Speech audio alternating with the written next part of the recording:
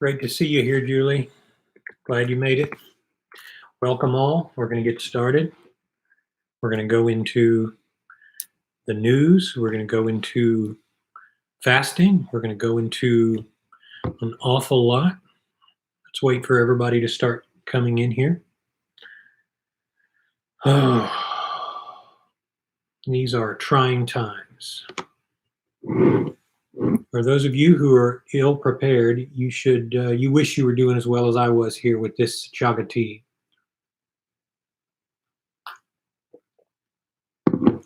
This is a good day with chaga tea. I'm 10 days into a solid food vacation for no other reason than I wanted to change a pace. And I am going to shortly hereafter transition into plant-based 1 meal a day for the remaining month. I think when I hit day 21, I will have transitioned back into a scarcity phase of OMAD. Folks, this is the perfect time to fast because we're going through crazy times right now. If you ever needed motivation to get on the straight and narrow and restart your OMAD, maybe if you've fallen off, now is the time to do that. There's no better time because we're here and this is with all the restaurants closed and the social outings closed. Why not do it, right?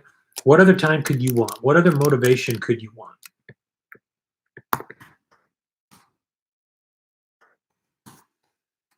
Oh, let's get everything going, folks.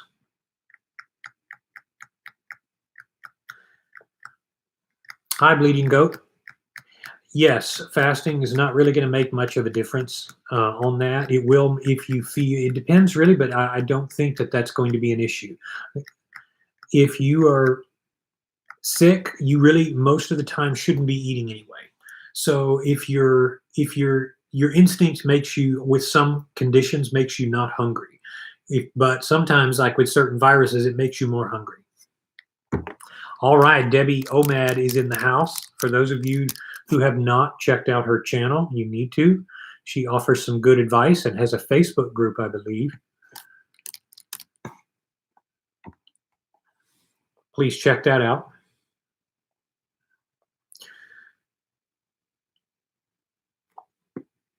I've got several screens open here. I have the iPad, I have the iPhone, and then I have the computer, and I'm plugged in here, ready to go. What kind of beverages did you guys bring today? Don't tell me nobody brought beverages.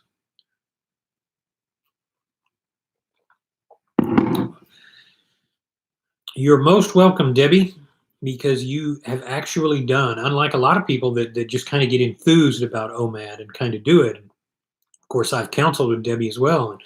And she has such a good head on her shoulders, for those of you who do not know, because she's actually lost something like 80 pounds, 70, what was it, Debbie, about 80 pounds. So she's, and she's not only a woman, but a woman who knows, knows what it's like to start and then continue. A lot of people just talk about it. A lot of people talk about OMAD, but they don't see it through. She's actually seen it through. Hi, Tina. Lemon water's okay, Bleeding Goat. There's no real reason not to do it. It doesn't put in enough calories to count. You could drink a lot of lemon water, and it's with just like a lemon or two in there. You're not going to have to worry about any calories in there.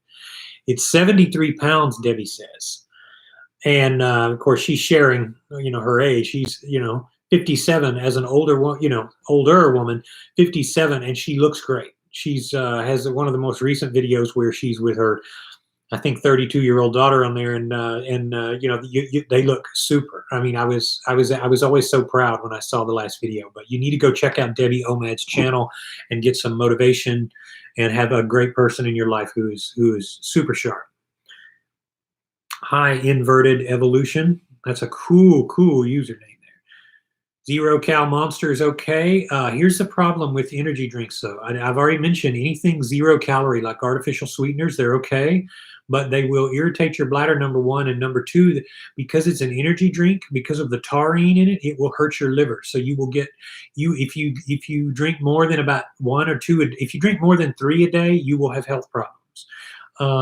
If you do it for more than 2 weeks, there's a news story you can look up. He was a cable installer who he had like 6 to 8 a day, and in 2 weeks he went into the emergency room with hepatitis C like symptoms. It actually crashed his liver, and he had to get off them forever. And to this day, he has he's able to live normally, but he cannot tolerate a lot of he can't tolerate any energy drinks anymore because his enzymes are off. So that is my cautionary note today for all of you who are doing any sort of energy drinks. It has taurine, which is very hard on the liver in large quantities. So yeah, use inverted. Use your Monster, or I like Rockstar. You do about once a month or maybe twice if I'm really pushing it. And then you separate them by a week because it is really hard on your liver. Hi, Jennifer Schmitz. Says snake juice. Daniel, hello. Welcome. Anybody else as well from Indianapolis? It's been years since I passed through that way. I think it was 2012 when they had that stadium collapse from a tornado or something. Julie, 75 pounds for me on OMAD. That's right. Julie is also, she's on MyFitnessPal, and she's done it. You hear a lot of these ladies say, well, I can't do it. I'm a lady. That works for men. It doesn't work for ladies. That's BS. That's BS, folks, because you got a lot of ladies here who are, middle age or more, and they're doing OMAD. And of course, I'm getting contacted every day nearly by 20-year-olds and 30-year-olds who have baby weight to get off. They have lots of challenges that they consider challenges. Some that developed gestational diabetes and then whipped themselves back into shape. So this can be done, male or female, old or young. This can be done. Yeah, it's been a year now, Debbie. That's pretty crazy. It seems shorter than that for me now, but yeah, we're racing through it. Coke Zero works on a fast. I do Pib Zero because I'm partial to Mr. Pibb, as they used to call it. It used to be called Mr. Pibb, the taste you can't put down. And it had a picture of like a cowboy holding up a bottle, and then he would drink it and then drop the bottle, but not until he was totally through. But I do and Diet Dr. Pepper and Diet, and I don't do them that often anymore. And I'll tell you why in a minute here. If you do, because I'm doing a little temporary juice feast here. I have found that I wean off of artificial sweeteners more, but you can do them. They're totally legit. Just don't overdo them. Otherwise, you're going to you're going to dehydrate yourself, and then you're going to get an overreactive bladder, and that's not good. But again, you can do them. You can do one a day. I got to, at my most, I was doing 3 a day, which I decided to back off a little. But they are out there, and chemically, they're just going to leave your body. It's like swallowing gum. I like herbal supplements for energy. Energy drinks weren't working out for me. Well, a lot of people, it's too hard on their heart, and it has chemicals like some of them like Ma Huang, which are stimulants that make my heart beat out of my chest, so I can't do too much. But herbal supplements, the best is still Eleuthero. If you want drops, you can put them in a drink, and they are really good energy without the negative side effects. Give yourself 3 weeks on and 1 week off, and you would be just fine for the rest of your life if you haven't tried Eleuthero. I'm going to put it in the comments so you can look it up. It's on Amazon. It's part of the drops I recommend. You can do it. But that's a way to go to get one that actually gives you legit energy that is healthy and does not hurt your body. You just, like I said, give your body a chance every few weeks to go off it, so you don't want it to have any. It doesn't have any negative effects on the liver, but you don't want to overdo it. So There's that. Eleuthero. Actually, Chinese powerlifters do it, and the Chinese aren't known for powerlifting, but there are some really strong, amazing powerlifters, and you can see these guys that that are clean and jerking. They use Eleuthero. Every serious Chinese athlete uses Eleuthero. So if you're one of these people who don't want energy drinks and you want to shift off onto, onto a healthier way to go, that's definitely do Eleuthero.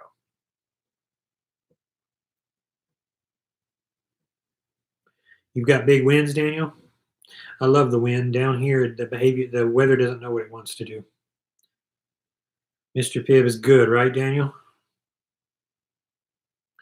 Julie says, I've gotten into chamomile tea.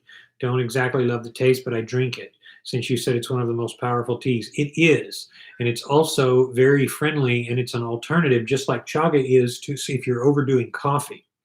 This is one of those situations where if the problem with the danger with fasting is that what you can do is you can get too used to your fasting beverages, and then you become an adrenaline junkie for all the wrong reasons. So you become a person who's stuck on having to get a high, and then when you can't get it, you become addicted. You become non-functional. But that's one of the things. So if you're looking to tone down your coffee, at least I still do about a small cup a day of coffee. I did a large one today just because of the times. But I don't do I do coffee about 4 days a week, and I do one small cup. And today I added a little Splenda. I normally don't, since I haven't wanted it. But every once in a while I want an extra little push, and I don't know why. I just kind of Splenda doesn't taste gross to me. I can do it with coffee. Nothing else, just with coffee. Again, for those of you joining us, chaga tea here, the best thing. Slow boiled over on a very, very low heat. Not even really boiled. Just sort of long cooked over 3 hours on low heat, number 4 on my stove, and 2 little clots of from birch trees, true legit chaga chunks, and they just boil into the tea. And it's for some reason satisfying and sedating. It also helps you sleep and calm down while replacing the need for coffee. That's something else that you're probably going to need. You're going to need to look into. So let me get to this. Okay, 75 cases of COVID in Indiana. Here's the thing, folks. What I said in my video regarding COVID, by the way, for those of you joining us, the reason I had to change the wording in the title, I've misspelled Kerona, was purposeful, because YouTube is auto banning now. Different people that use that, they don't want the servers over flooded. Plus, they've become pretty monstrous in terms of free speech. They are deleting people with no explanation and not even following up. They have demonetized a few of my videos. They didn't the other one. That's why I put the C word. But this situation here is way out of hand. What I said in the video is true. You're going to be okay. The virus is not going to hurt you. But what it will do is cause everybody to act like morons and to freak out. So what I have decided to do, I'm pretty much all the way decided, and I want your feedback in the it is honestly, what I want to do is go on my own. I want to create my own website and forums for all my supporters. For those of you who have done any counseling with me, you would be set up, if you're interested, you'd be set up as moderators. But I want to, MyFitnessPal is another one. They censor content. And I used to have forums back in 2007, and I ran them for 2006 through 2010. And very successful forums called Ionian Spirit. And for those of you who don't know, the Ionians were an island with Greeks who championed back in 500 BC the concept of free speech, democracy, and open exchange of ideas. And I want to become a platform for expression of ideas.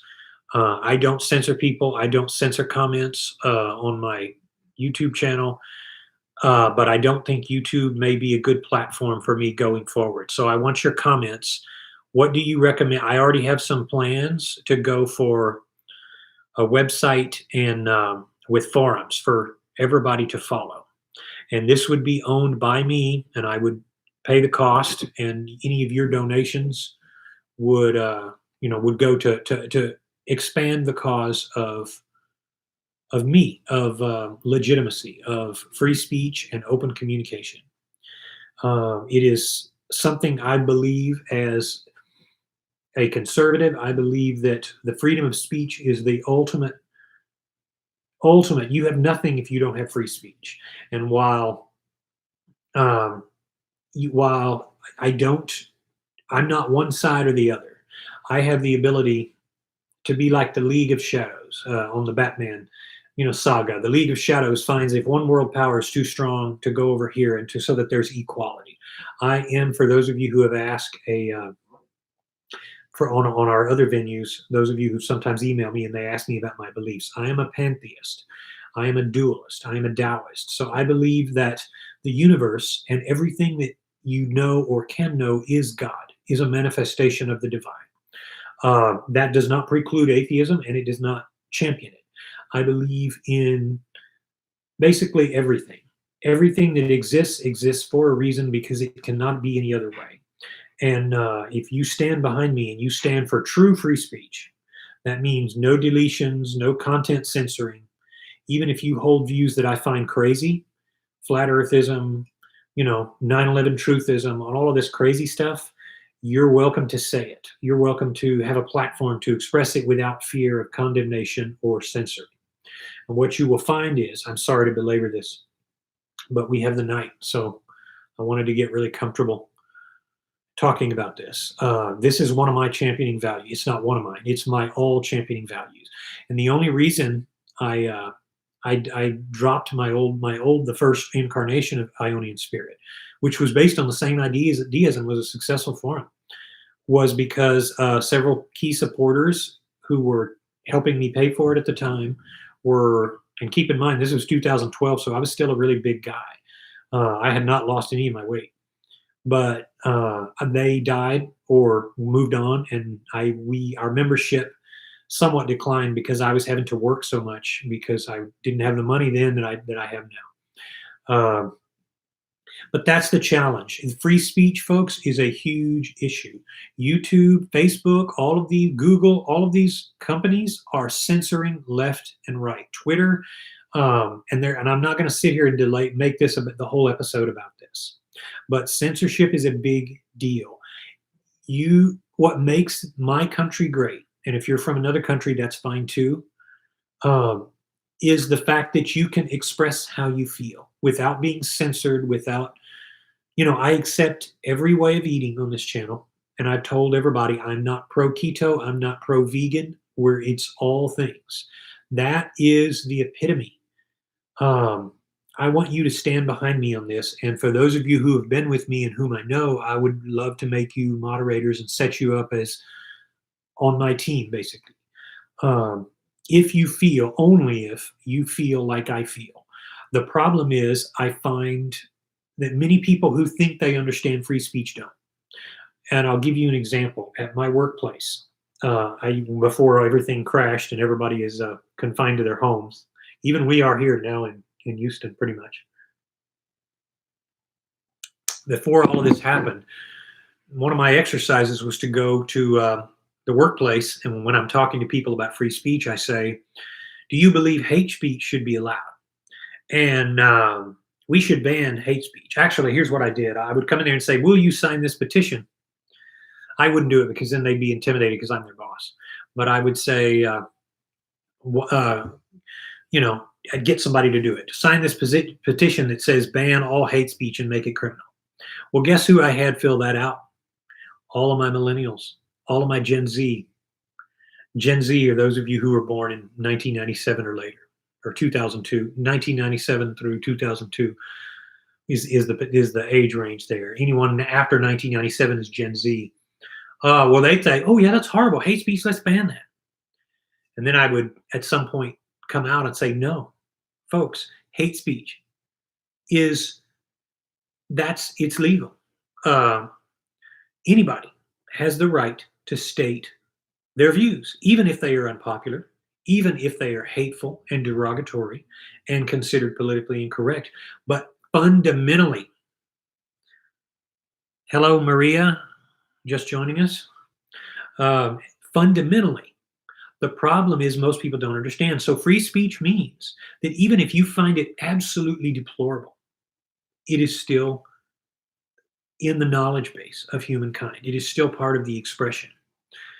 As as it goes, and that's what I champion. So there will be no censoring, there will be no chopping down ideas, anything that is not threatening or illegal. In other words, obviously threatening to kill someone is not free speech.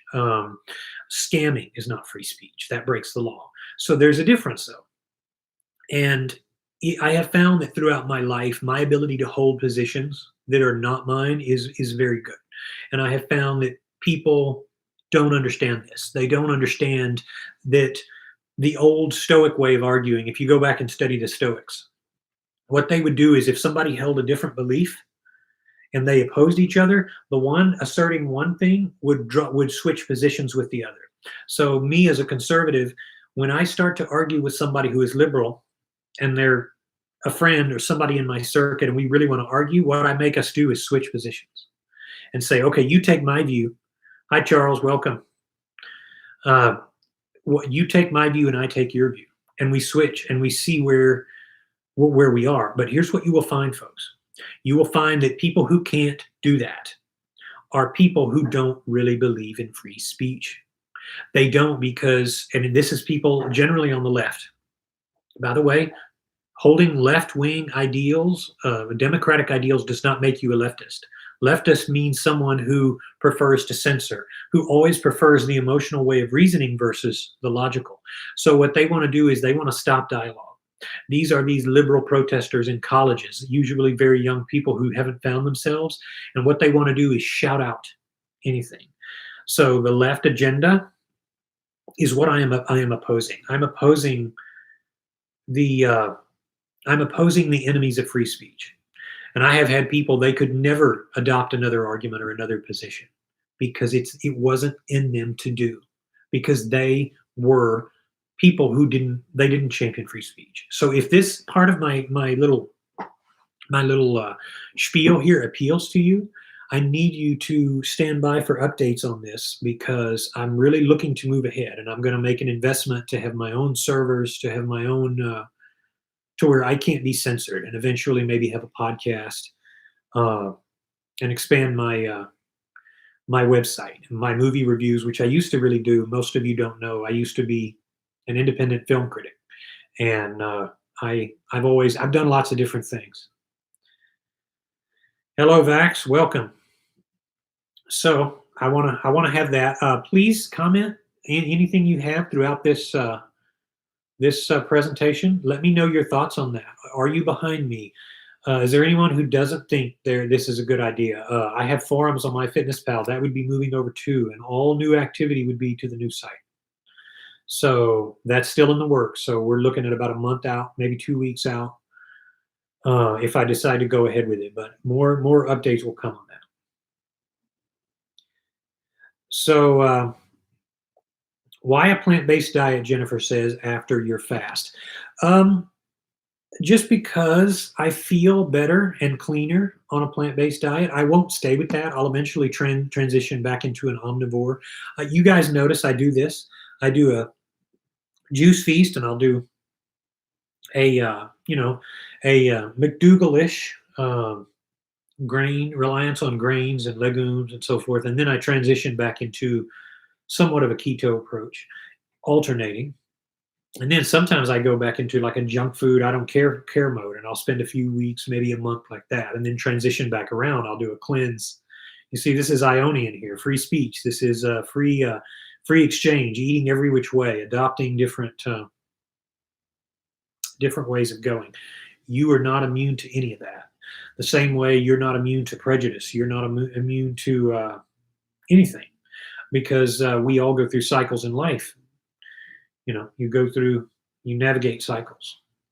But that's why plant-based after the fast, because and it's easier if I'm going from fruit and whole, cold pressed juicing like I'm doing. I don't want to just jump back into carnivorism or do something. I don't really ever do carnivorism, but not in the true sense of the word. But I don't want to jump. It's easier to just add fruits and veggies back in and stay with that for a while, Jennifer, if that answers your question.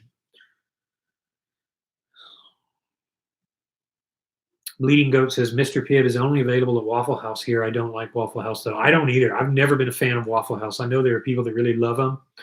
I'm none too worshiping of them. We're going to get back to Corona here in a minute, folks. But there's a lot to say on that.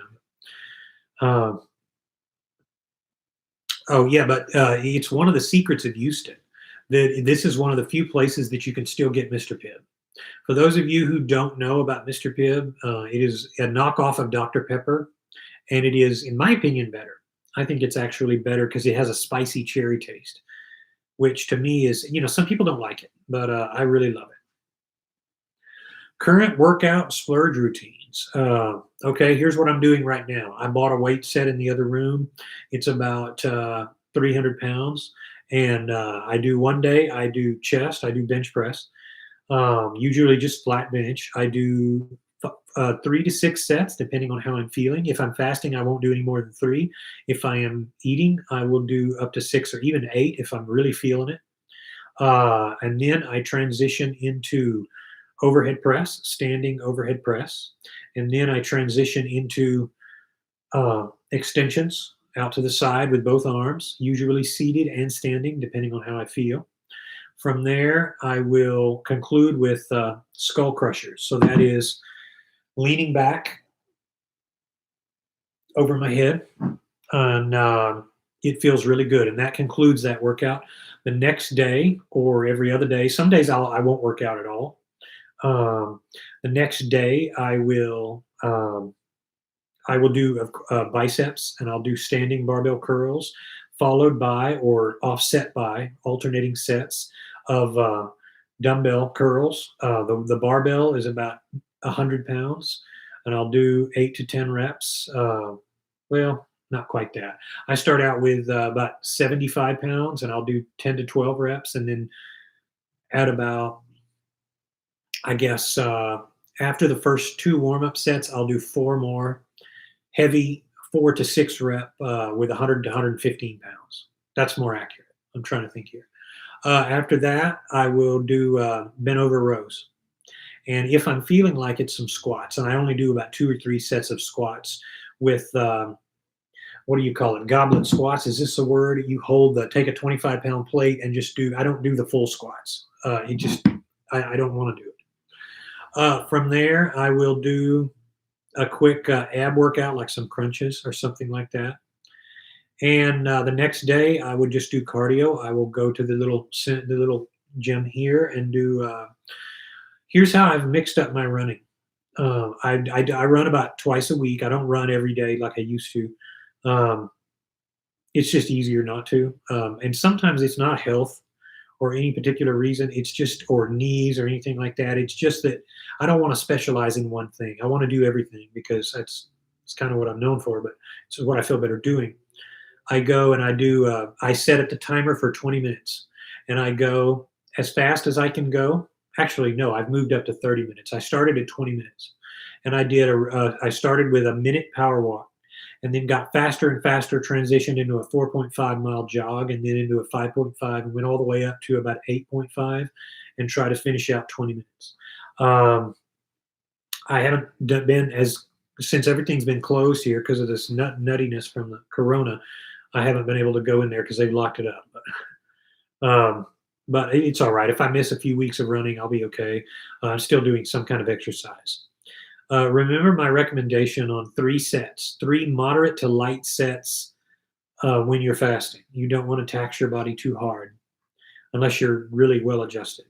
But so yeah, and I'll just have a cardio day, and I'll put on my headset and go around, walk, just walk around, or if I can't get into the treadmill, but I'll just get on the treadmill, put on a podcast, Some of my podcasts, I like the Tim Ferriss podcast.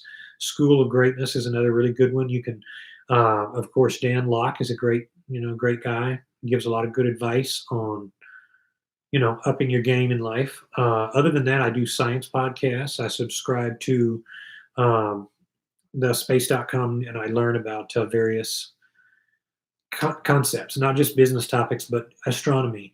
What we found. Um, Event Horizon is a great radio podcast, a great podcast. It's also on YouTube, um, and it is really good for those of you who like to follow the latest developments in outer space and search for extraterrestrial life, which is, as some of you know, one of the best side passions I have. Whether I'm working out or not, on the windshield time on the way to work, um, on the way to work, sometimes I do, or I'll just, I'll walk around. Some days I don't do anything. I come home and I just nap and go to bed and check out ridiculous stuff on YouTube. I don't do anything. So that is called a mental health day. And those are the days you should take when you don't feel like working out. And you hear different people say different things. You hear people say, I want to, I don't want to work out. Should I work out if I don't want to? The answer is it depends on you. Me, I tend to have really crappy workouts that don't get any better. So I don't do that. If I don't feel like working out, I don't work out. Let's say a couple days come and go. I don't care. I'll just lay around and do nothing. I'll sleep like an old person. Uh, I can't sleep too much or I'll get a headache because I'm one of those. It doesn't matter, but it doesn't help me.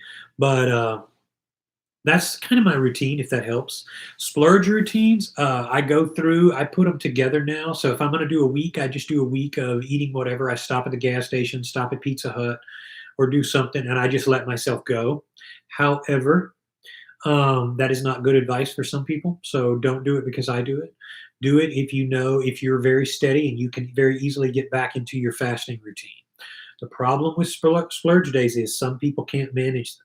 So I don't think you should do them if you have found that you can't maintain them psychologically or you don't have good blood sugar control.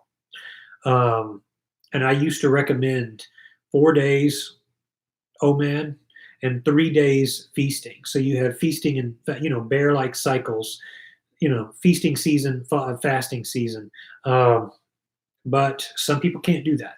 So you need to know what you are capable of doing, and that's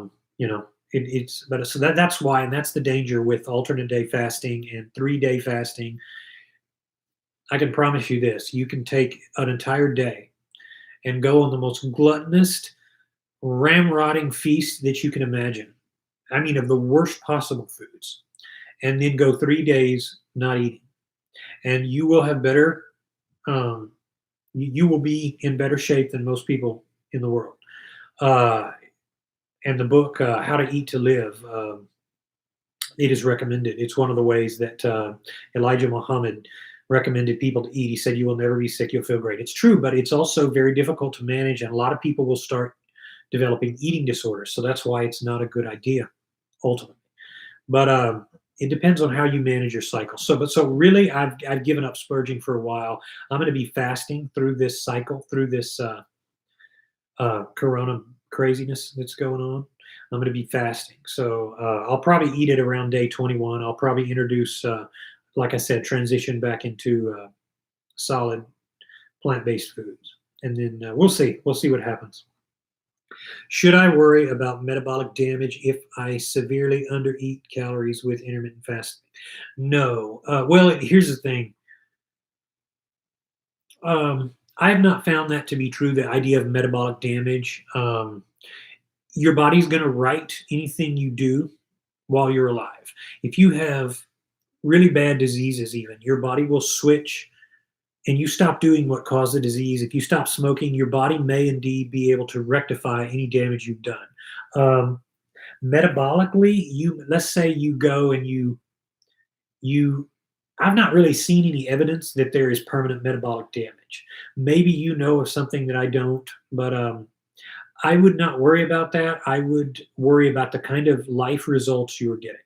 And anytime you start to get into, and here's a tip for all of you watching this, anytime you start to get into debate territory where people start wondering, oh, is this legit or is the science bad? That means you have to go and rely on yourself more. You cannot rely on um, everybody to do your thinking for you. And it's like the cholesterol debate. Well, does cholesterol rise with animal products or does it not? I've heard some people say when it starts to become a debate, you need to back off and you just look at yourself and say, where is this for me? On that note, flesh food does raise animal does raise cholesterol, even though people say that if you do it, it won't. It actually, I believe it does. But if you are in doubt about that and you want more research than I can give you, I don't bother with research because it's so conflicted. Everything that you find, there's a yin yang relationship there. So um, it's important for you to look at your body. Why would you be, if you severely underate, what I would do is start eating regularly and make yourself stay the straight and narrow, because that tells me that you're probably in a situation where you're not managing, you're jumping on and off, or you're doing something that, this is for Saint Spiffy. Nifty little username there, sir, or ma'am, whoever this is. Saint Spiffy. I would assess yourself if you're having any. If you do two restriction, and we're talking like 200 to 500 calories a day, you're probably you're going to you're going to need to make sure that you're being a lot more cautious in your efforts. You don't want to get under about 700 calories, 800 calories ever, maybe for a week or two, but not more than that. Your body's tough and it will be resilient, but I want to be careful recommending. Depends on what you mean by severely under. Debbie says, notice your spelling on the title. It's true, huh? YouTube is striking. Yes, it's no joke. Folks, it's far worse than you think. It's far worse than you think. YouTube has, and just all of these big platforms, they're too big, and then they start censoring content. PragerU now, it's just a conservative think tank. They now have restricted and demonetized all of their videos that are just talking about the economy. And I don't agree with everything PragerU says, but they have the right to say it. But then YouTube turns around and says, no, we just believe that there's an 18 and up only warning on it, as if it's risque content. And I have recently been active with them and many others on the left and the right who are standing with me on this topic of stopping censorship. YouTube's argument is we're a private company, we can do what we want. Oh, of course, but you're not a private company anymore when you're influencing you're a thought influencer now. So you must assume a neutral ground. And I'm willing to debate that topic if someone does not agree with me. I'm sorry for those of you who are posting. I'm getting. Let me find out where I was and get back. I'll follow you to any site. That's very nice. Thank you. For those of you who want to get on board, let's get on board and be a movement. We already have the OMAD revolution, but this will be the OMAD revolution, upgraded version. We're going to, go out there and do more, because OMAD is a reflection of true principles. It only exists as far as legitimate, valid thinking is concerned. That's what led you here, because you saw the fallacy of extremism and fads and trends and all of that silliness. This would be something more. This would be a legit virtue. Debbie says, well, what a great idea. Yes, definitely. It's so good. All of those of you, I know who I can count on, a few of you. Some of you guys that I don't know, send me an email and let me know you're interested.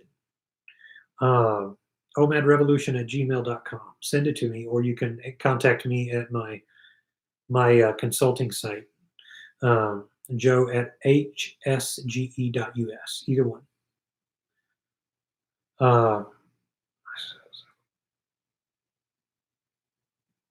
Podcast, yeah, maybe a podcast if I can learn how to do it. Julie, Daniel, that's excellent. What is the topic tonight? The topic is, we're going to tackle this Corona in a minute. We're going to go into a little bit more detail.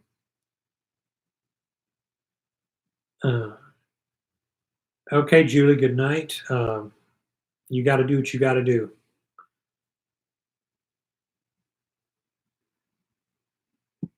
I'm going to approve some of these messages. The content filter is flagging some of you as spam or as potentially trouble. I appreciate that because sometimes kids jump on these live streams and leave a bunch of troll comments, but other times it's just excessive. So Daniel says, if we are talking about the coronavirus nightmare, I'm in South Florida. Food is disappearing from the shelves daily. There is no water or paper products. Are you in a city, Daniel, where they're giving everybody the line about um, telling everybody that the trucks are going to keep coming and that stores will be open for emergencies for gas stations and um, like grocery stores? We've been told here in Houston that that's going to continue, that they're going to continue, but at the same hand, they may not be able to keep up the demand the way people are freaking out. So, okay, when Daniel says weight loss is about to get easy now, the stores are running out of food.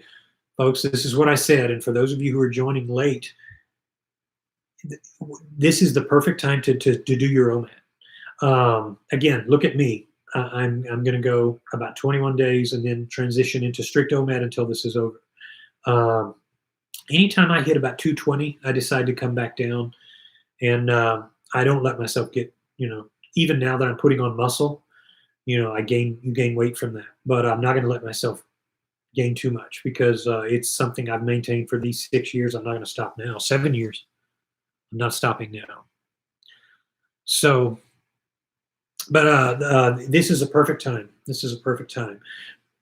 Again, the virus is not going to hurt you unless you are probably mid 50s or above and have a compromised metabolism. I have read the reports about younger people getting it, but again, if you look at the results, if you look at the in-depth, there's really not a lot of distinction going on yet because this is all happening so fast between an ordinary flu and other health conditions. There are a few situations where people in their 40s and 30s died, supposedly.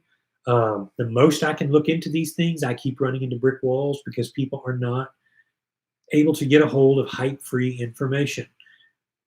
The government is freaking out and they did the wrong thing. By letting the virus out, you get what is called herd immunity. And this is what they should have done. And I'm going to tell you why in a minute. Herd immunity is where everybody gets it and then they get sick and there's an initial 1 month hit of productivity because people get sick, but then eventually everybody becomes immune because you get sick, it runs its course, and what happens?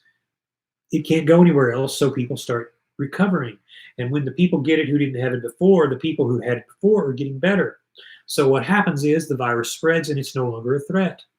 This is like confidential information. You say, we're going to keep this confidential. What happens? Obviously, the universe abhors a vacuum.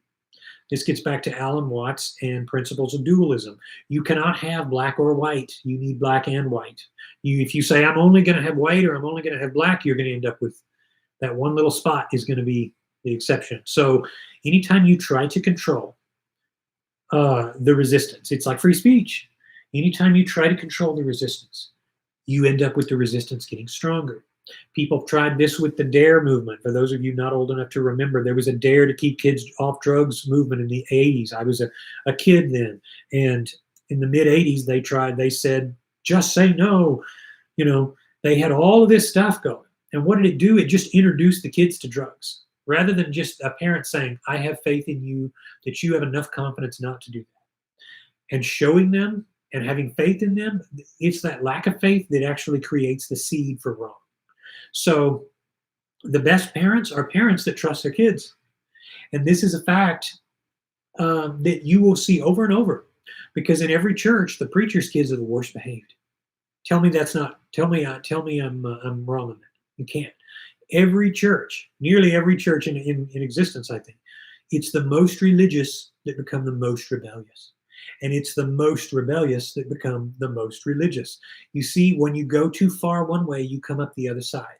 It's just like a side-scrolling video game from the 1980s. You go off the screen, you come up back on the other side. Literally everything in life teaches us this. That's why I'm about free speech, because it is dualism properly understood. And there's no way around it. you're going to come back. So here's how we know that herd immunity is what I'm talking about here, because the hotels in China are back open. They've been bombarded by it. Guess what happened?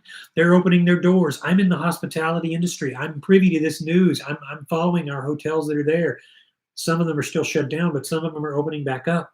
So a month and a half from now, 2 months from now, maybe 3, all of this stuff is going to filter in here. And you're right, people will get sick. For those of you who are worried, um, take the necessary steps to make sure that you're not putting yourself in harm's way if you are a person with a compromised immune system. I've been emailed by people who are 69, 79, and who have, issues, and they're worried. Take precautions. I'm not telling you not to take precautions, and I don't want the video I put out the other day to come off that way. If you know you have trouble fighting off infections, take the mushrooms that I've recommended to you elsewhere. Start OMADing, go into scale back down, go into OMADing and into famine mode. But use common sense. It's going to get better, folks. The thing that is a threat right now is not the virus. You're going to build immunity. You might get really sick, but you're going to build immunity. And yes, but it's the hype that's doing the danger. Okay, it's the fact that, and here's what I'm really worried about for you guys: isolate yourself, if for no other reason, but for the fact that if martial law gets declared and people start robbing stores, this likely won't happen until the food runs out. But if that happens, then it's going to be an issue, because you're going to have gangs, you're going to have inner city crime raise first, and then you're going to have that's going to filter out to the more urban areas, and you're going to see all sorts of. Then you're going to see looting, and then it's going to be riot consciousness syndrome. It's like one person at a bar smacking somebody in the jaw, and then the whole bar explodes into drunk factory fallout violence. But that's sort of the challenge that we're all up against. That we're up against overreaction. We're up against panic. Remember the book that I recommended about the madness of crowds. It's such a great book because it goes into the human tendency to overreact. And for those of you who haven't heard me mention it before, in the first video I did on this, the first actually live stream was on the madness of crowds. My book. I say my book, the book I'm recommending.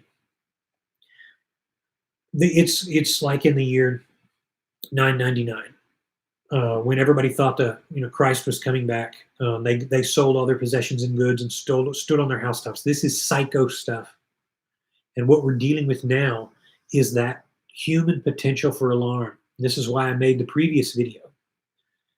This is why people are grabbing stuff off shelves. This is why people are doing stuff. As it turns out, I went and got toilet paper and bottled water before all of this, not even knowing, just because I like to stock up regularly to have enough, because I don't like going out. But it had nothing to do with this, and I have plenty. One of the reasons I'm going to transition back into plant-based is I can do legumes and grains, pasta, rice, of course, fruits and veggies, normal stuff. That's the way it works. It's very easy to maintain, and it's very easy to do. But I am definitely into famine mode. But folks, if you want motivation, here it is, man.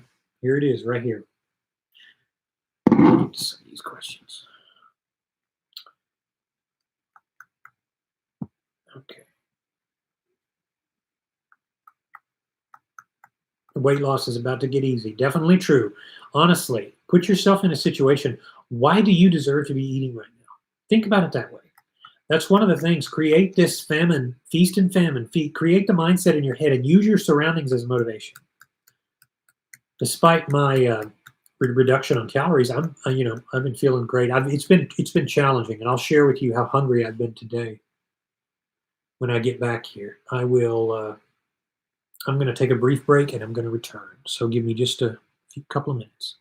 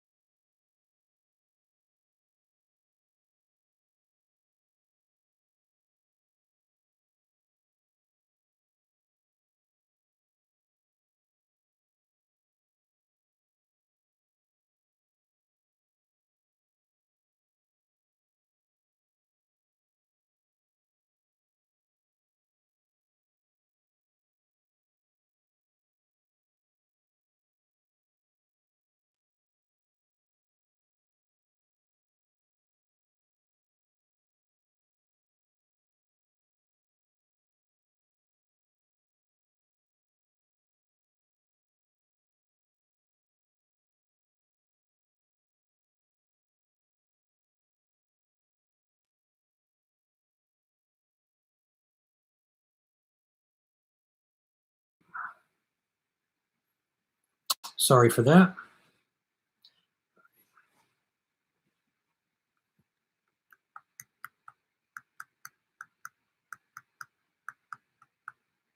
Forced fasting is about to go mainstream. You're exactly right.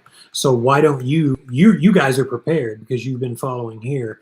Look at how many people are not prepared and are going to freak out and become felons and become criminals. It's going to happen, folks. There will be. I hope I'm wrong, but there are going to be people who are, my parents have Michaela right now, and they're shut in. I mean, they're mid 70s, so they are prepared. My family, 56 miles southeast of San Antonio, are, um, you know, they're prepared. Nobody's breaking in. They have a nice 630-acre ranch, and my in-laws are there too. Most of them. Some of them are still here with me in Houston, and we have a response plan for the crazies if everybody starts looting, which, by the way, is a problem. You need to make sure, for those of you who are ladies, who are living alone, you do need to make plans because it is possible that things could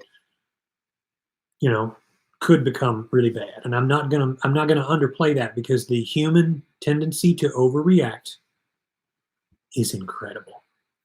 The human tendency to overreact is absolutely incredible. So don't be silly and don't be prepared. These are times though that you will talk about. Nothing new under the sun, but it's still a cycle that you will look back at and you'll say, hey, I remember how people lost their minds. I know how people just kind of lost it.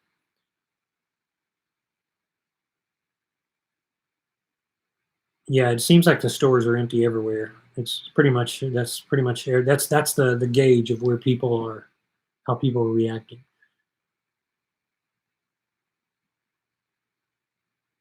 I'm just catching up on some of you guys. The sheep will do that sort of thing.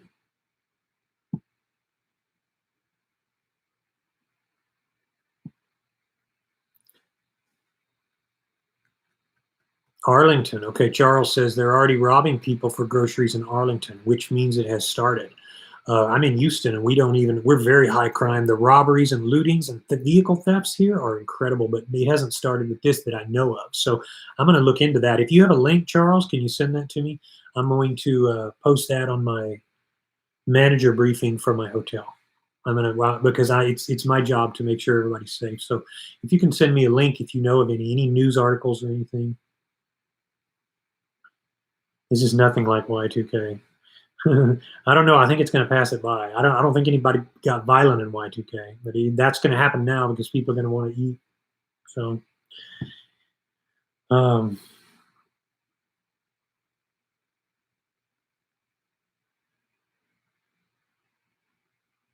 um,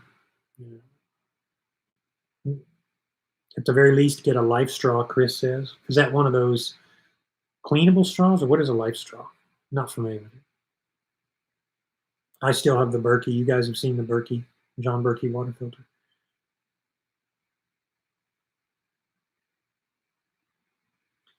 Wipes, paper towels, all of this stuff. Um, Again, it is rationing mode. It is famine mode. This is your time to succeed. If you failed on OMAD before, also, this is your time to succeed.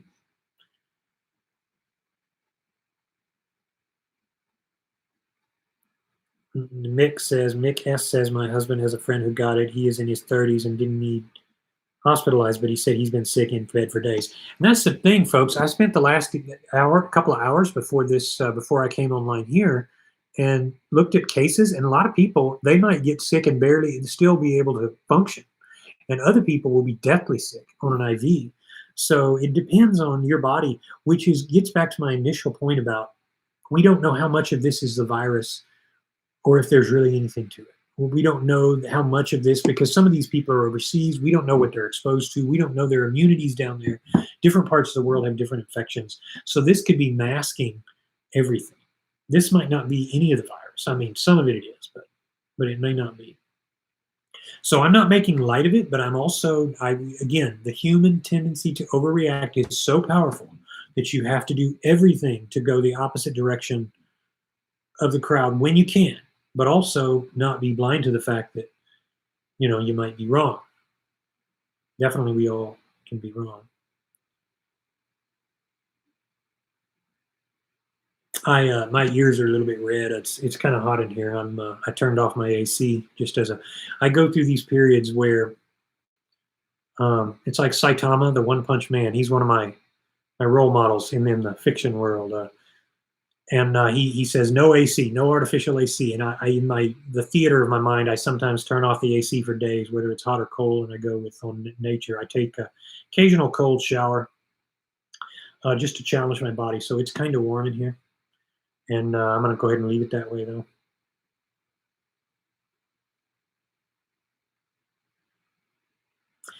So Daniel says there's no meat on the shelves, guys. This is why grains and potatoes, they're awesome. You can do like the Martian, Ben Affleck, or who was it, Matt Damon on the Martian, and just have like a couple baked potatoes a day, a couple large baked potatoes. Try it. Try it, and then you get yourself a juice, and then keep going. Put yourself into big OMAD. You can go a while at really low calories and be all right. This is the time, my friends.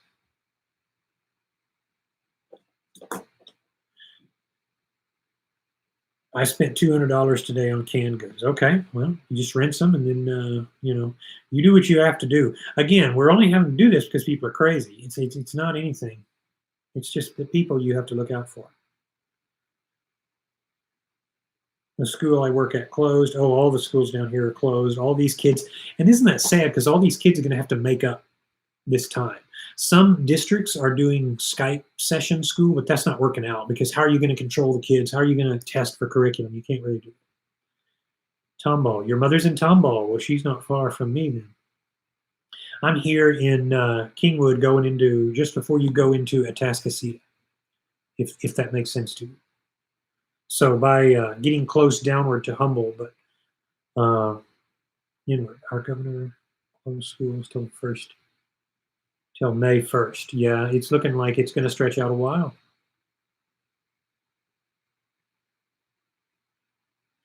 Life Straw is a water filter you suck water through that removes bacteria and was developed by some people in third world who wouldn't get sick drinking. Oh, that makes sense now. In light of the comment, I understand now. I didn't understand what you meant there. I'm going to look that up. That sounds good. I'm not a prepper, but that makes sense to have. I mean, if you do have to, I wonder how effective that would be and for how long. There's a lot of products on the market that are bogus, that are not legit. But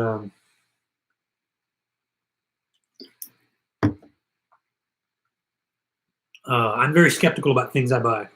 I've bought lots of juicers that I sent back, like 4 or 5, because they're crap. That they leave the pulp too wet. Even though and some of them are just not reliable. They started squeaking. I've had all sorts of, so I'm a very skeptical buyer. The first thing I do, I go onto Amazon, I look at the 1 stars and I read all of those. Then I go to the 2. And then the ones I hone in on are about 3 or 4, because those are the most honest. If you've tested one, Chris, send me a link to it. Let's start collaborating better, all of us here, on interchange of ideas. So send me some links, and I'm going to, maybe we can start as a network of, kind of, building together, do some screening. Because let me tell you, there is so much stuff out there that I have found to be not legit.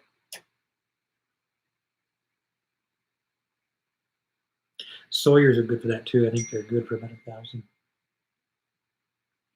All right, Mary is signing on. Mary's another OMADer who's been a part of the group for a while. $20 for a Life Straw. Well, that's great camping gear. That is good.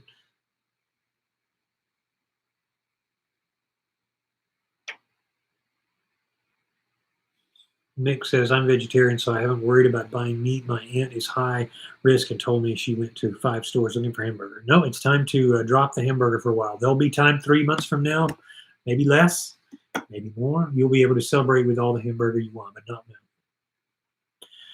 now.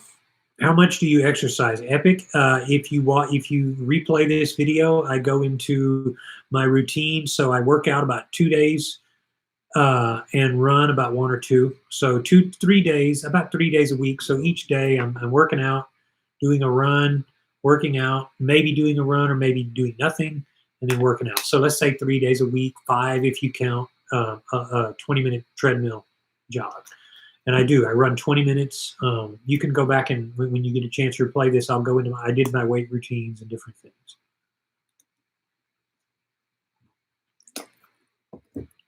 Do I have a link for the mushrooms? I wish I did, because some of you are UK people, you don't have them. If you go to Amazon, Hawaii Farm is the brand, and they have Gotu Cola. They have, which I've used, you guys have seen, I've used from the beginning.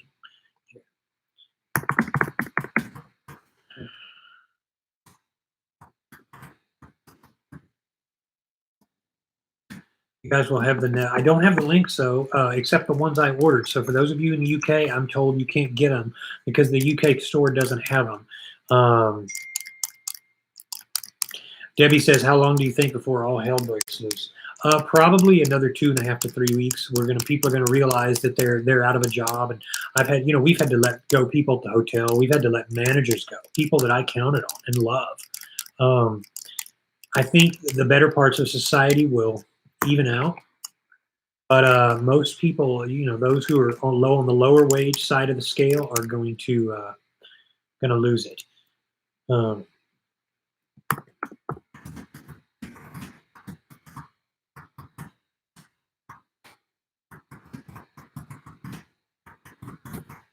are the ones I recommend, the ones I just shot in the chat for those of you who are want to know. If you go to Amazon.com and you put in Hawaii Farm, they'll come up. The brands will come up, and those are the ones I take. I'll do another video on it at some point. So Debbie, so here's the thing, folks. Here's the critical point, and I know this because I'm talking with the federal authorities here who are managing this from the crisis standpoint. This becomes an issue when negative pressure containment rooms are not available. Negative pressure means it has its own oxygen provided. It's sealed, basically, so that a virus can be fully contained, guaranteed. Regular rooms are positive pressure, which means they're breathing the same air as everybody else, and the people that come in the room have to wear, if they even want to wear a mask.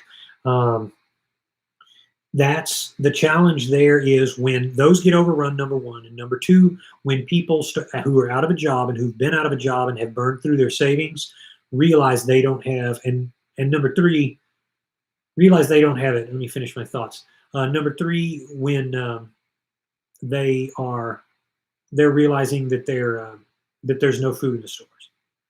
Then they're going to panic, and then they're going to crisis thinking is going to take over. Binging. This, by the way, folks, gets back to overeating, because that's what you do. That's what your brain does. Your brain says all hope is lost. I need to eat because we got to eat to survive. The same reason the squirrel buries, or any animal really, they buries their nuts, because their body, the evolutionary mechanism is, guess what? We have to survive. We have to survive, because otherwise we're going to die. So you see now, so those three things. First of all, people are going to burn through their savings. Two, people are going to be out of a job for a while and become desperate. Three, they're going to realize there's no food in the store. So when those three things hit, which will be in a couple of weeks, people are going to start losing it. And it's going to be people on the lower wage scale who have the most to lose, who are living in houses with each other. And what they're going to do is they're going to feel like the government hasn't come through for them, which, by the way, you guys should know that the reason the president sent these $1,000 checks is no doubt because he's trying to offset poverty, rank abject squalor. So that's the challenge here, folks. That's why. Let me get back up and get a couple that I missed.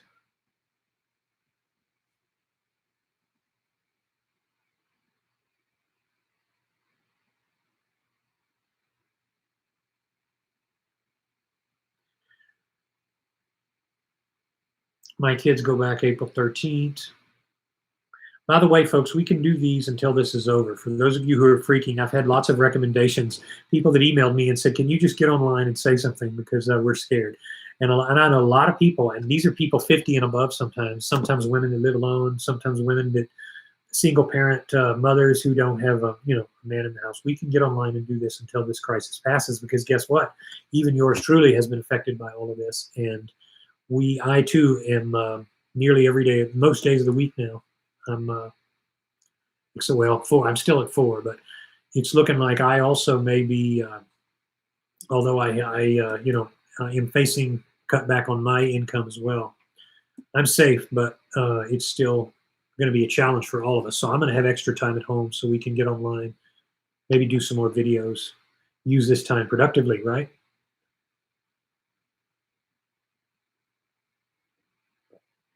Some people are in April. It's not going to happen, I don't think. I think it's going to be later than that. Tons of thanks for your videos, which motivates me to keep going. OMAD 7th week. Hey, don't drop it. This is more motivation, and it's not all coming from me. It's coming from the crisis. So guess what? Never let a good crisis go to waste. Who was it that said that? Put in the comments if you know who said that. Never let a good crisis go to waste. I want to see at least somebody take a shot at that comment. Who said that? This is the perfect application of that. Although when it was said, it was meant to use something to political ends. I'll tell you what, let's make it more exciting. I'll give a free hour of counseling one-on-one to anybody who knows the correct answer without Googling. You have like just a limited amount of time. Be honest. Be honest about it. You have to post it and you have to be first. Everybody else won't.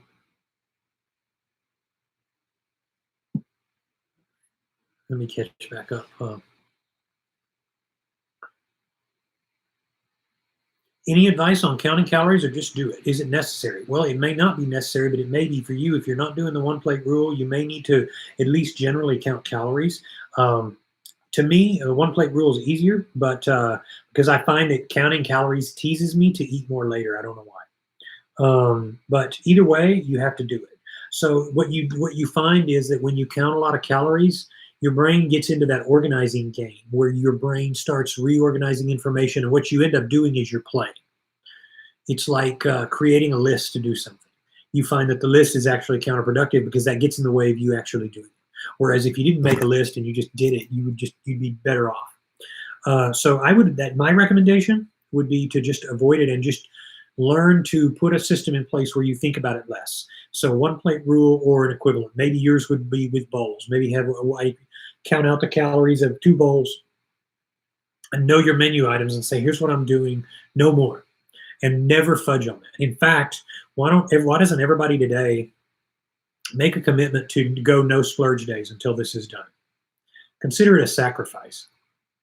A lot of people don't have, people that are, those of you who are making an hourly wage, who aren't salaried and you don't have like a really good income, this sort of stuff builds character. I've been broke. I was at once so broke, I couldn't even afford a bag of chips. No joke. I was broke. I was borrowing money from my parents. And I was in my early 30s. Like, it was embarrassing because I hadn't made good decisions. I blew some businesses. I set up some businesses that didn't work out. And it was horrible. So these are the things that build character. You start to realize after your first or second or third failed business what you're doing wrong. And you realize it's not what you're doing wrong, it's what you haven't been doing. It's the fact that you've been waiting too late to put out your finished product. You've been worried about dotting all the I's and crossing all the T's rather than being scalable. If any of you guys have a business right now, you can sell anything. If you're selling model airplanes, or you can just put something out there, and as soon as you sell it, you collect the funds, you do it again. It sounds simple, but if you scale your entire business that way, don't worry about buying fancy vehicles. Don't take out loans. Don't do that. Make your mistakes up front and don't be embarrassed to ask for help. Find a mentor in your chosen field and let him or her instruct you. It may not be me. It may be somebody else. I don't know anything about nursing. If your career is, when you want to follow a nurse who is where you want to be, offer to get them coffee, learn the tricks of the trade. entrepreneurs, real estate, come on now, guys. There's lots of options. And so the world is yours, though. There's never a better time to be alive. Even, this crisis notwithstanding, we'll do fine. Epic asks, how long, what distance do you run? So I started at about 1 mile, and when I started, like at the very first, when I was first losing the weight, I did 1 mile, and I walked the first quarter, and then made myself run walk until I could do 1 full mile, which was a while because I never have been a runner. Up until then. This was 2014 when I started, when I was just going from losing weight to maintaining. Then I got to where I could do up to 2 miles. From there, I got up to 3.5 finally. But I realized if I went longer than 3.5 consistently, I started to have knee pains, and I would be very swollen. At that time, I was, 41, 42? So it started to, I started to notice a little bit of difference. My highest, I got briefly to 5 miles at, I guess, a 7.5 mile an hour pace. I think I got to 8:40 briefly, and then I stayed in the high sevens or low sevens for a mile time. Hold on. Yeah, no, I'm not 8:30, 8:40. It was 6:40 at my best mile time. I could not maintain it for long, but in my best shape, chia seeds, beets, juicing, like I'm doing now, I had the endurance to just shoot through the roof. My average, I just do 20 minutes as long as I can go at a very nice jogging pace, usually 5.5 miles, 6.5 miles, 6 miles per hour. I'm sorry. I hope I answered your question. I love running. It puts me in a great headspace. I don't do it as often because of work and all this other stuff, but that's going to change soon. So.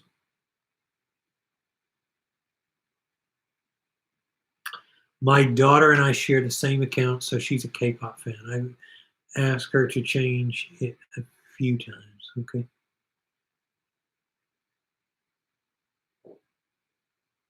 I like to believe the worst of this will be over 2.5 to 3 months after COVID came to U.S. You're correct, Daniel, I think. My advice is, now here's the sad part about this. The thing we're all going to take a hit for, no matter what, is our economy is going to take a very brutal beating from this. So it's going to be about 10 months until things are back to normal again. Things will get going back, but people won't feel the positive results until about 8 to 10 months, I'm afraid. Again, I'm not saying I can't be wrong, but that's my read on the situation.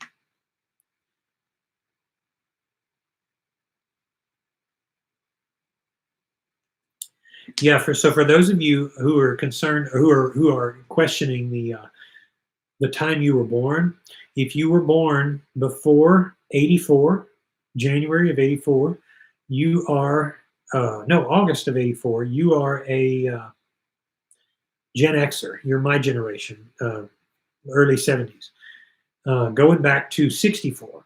So if you were before 84 through 64, you are a Gen Xer.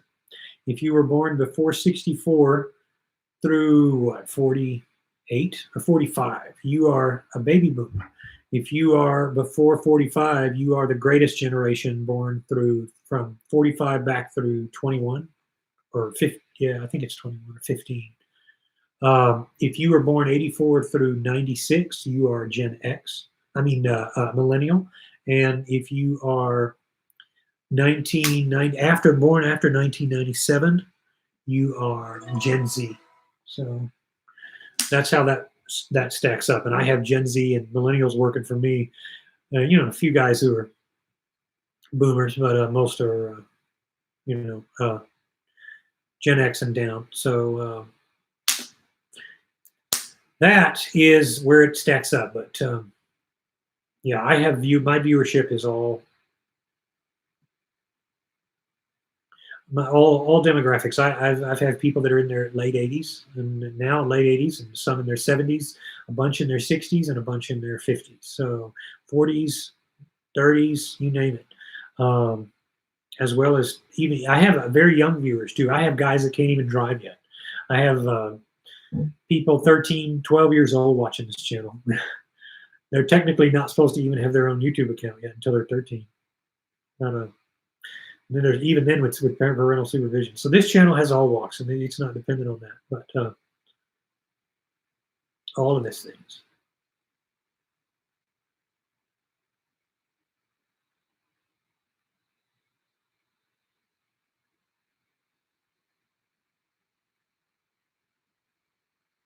I'm a Gen Xer, Daniel says. I got kids that are millennial and Gen Z. That's the way it goes. It's time passes, and now we're the old guys. You know, it's definitely that way.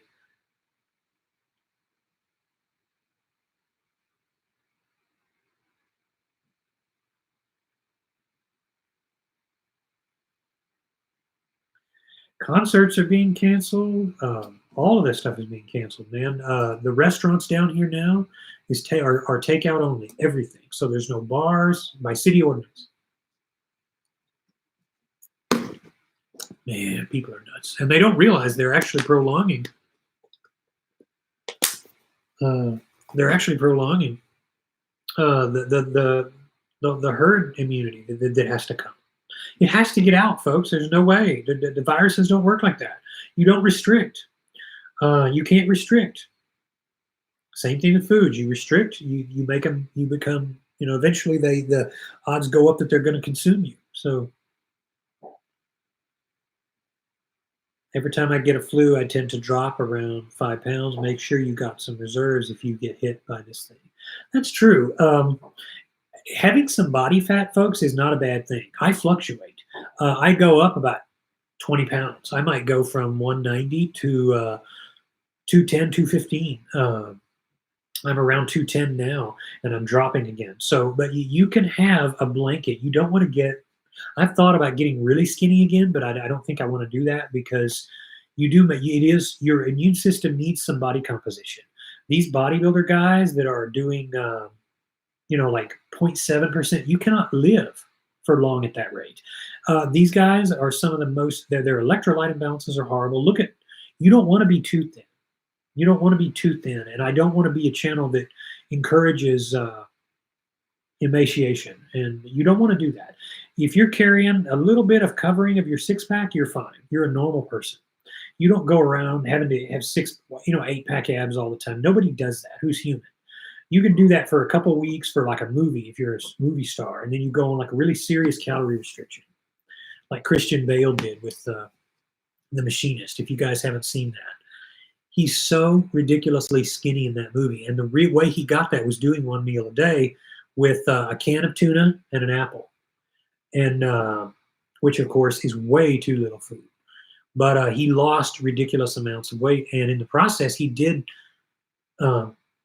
he taxed his liver pretty good. He went to the doctor and he finally normalized it, but it took 4 months to reset his body. He does an interview for what's that magazine? I don't remember now, but he did.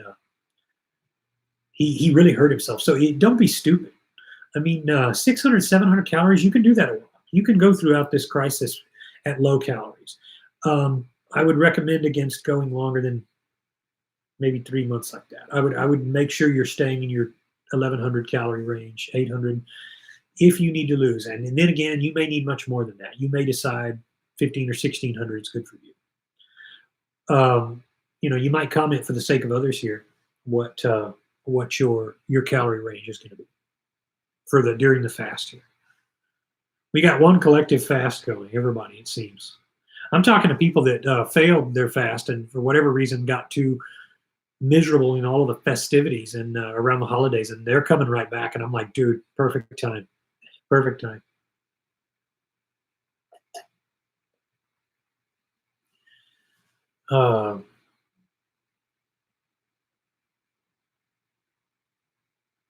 Half plate Illuminati diet? Are you serious, Daniel?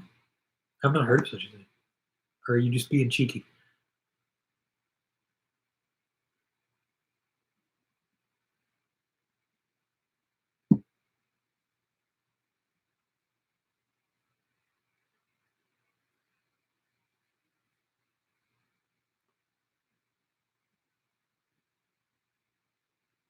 Yes, and as I've said, Epic, and it's hard to, as he Epic mentions here, it's hard to get above 1,380 calories on a plate of food.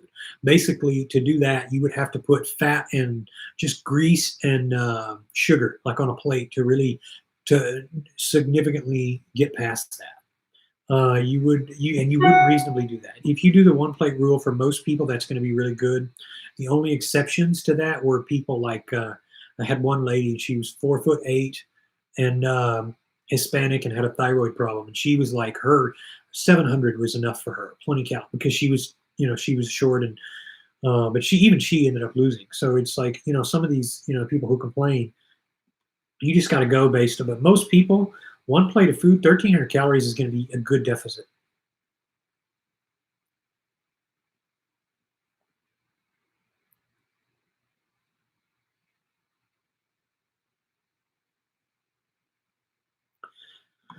You're my mentor, Sweet Delight says, but I have to tell the truth. I messed up on my OMAD lifestyle. Well, guess what? Nobody's keeping count except you. So just get back on it. And the more time if you've spent any time, messing up on it, or you're starting again, you did lose that time, but you don't have to lose any more. So just don't mess up, and you know, do what you got to do.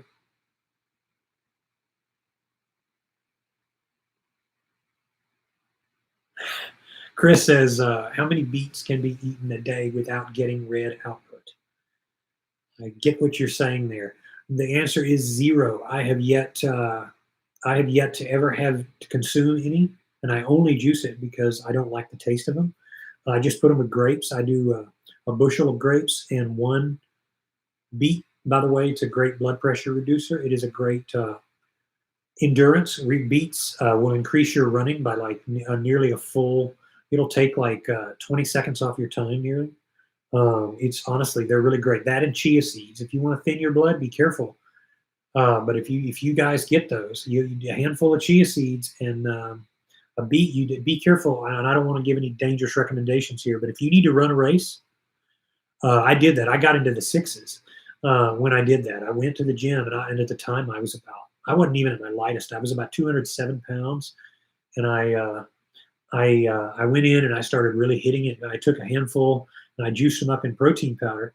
And the day before, it takes with just under 24 hours to be at peak. And then I had two beets in a grape smoothie, and bow. I did a 6:40 mile time, which for me is fast. I don't know how fast some of you guys can run. Some of you who are like real runners, like some of these guys in high school that are like all of 120 pounds, that 140 pounds, they could whip that easy. They could get in the fives, but for me that was the best ever. But and then when I stopped, I immediately went back. So the next day I came in to do it again, and it didn't work. And then I went back the next day, and I did almost as well. I did like 6:47. So if you do that, go try me. For those of you who are runners, Epic or whoever it was that commented. But you cannot eat them. They're going to come out red. Your stools are going to come out red. I mean, it's just that way. But I don't really care as long as there's a benefit to it. I don't. I do them about once a week. One thing you have to be careful with beets is oxalates. The beet greens have the highest oxalate content in the plant kingdom, and if you are consuming it, you need to make sure you are drinking distilled water, because you can, if you don't have a genetic gift at handling oxalates, what will happen is you will develop kidney stones. They'll be mild. They won't be as bad as like a soda, but what they will do is um, tear up your. I mean, you'll get kidney stones, and you're going to have kidney pain. You're going to have to go to the hospital. And in times like these, you do not want to go to the hospital. I mean, do I even have to say that, right? I'm glad I checked YouTube. I would have missed you live streaming. I hope you and everyone here are well. Hugs from New York. My brother's in New York, Cornwall and Hudson, and it's an epidemic up there. It's a fiasco, and all of these inner city people that are going crazy, about to riot, they're having to worry about it because they're everybody. The tensions, uh, it's on edge. Everybody down here is the governor has called out National Guard to stand by. That means things are really going. Um, Thank you, Blackheart. Thank you so much for your kind donation there. I'm going to get to you right quick. I don't think she had a question, but I believe it's a she. Not sure. I think it's a she. Um,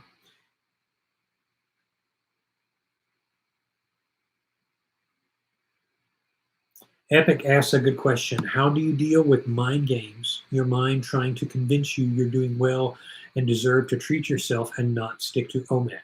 The answer is you you quell the thought instantly. And what I do is I spot it, and it's like you have to pretend that you are a drug dealer and you're seeking a fix. You're saying, well, my life is good, and you think about all those euphoric feelings of eating. So when you start to go over into the decision to eat, you start to have all those flashes in your mind that say, oh God, I'm getting more energy, I feel better already because I know I'm going to eat.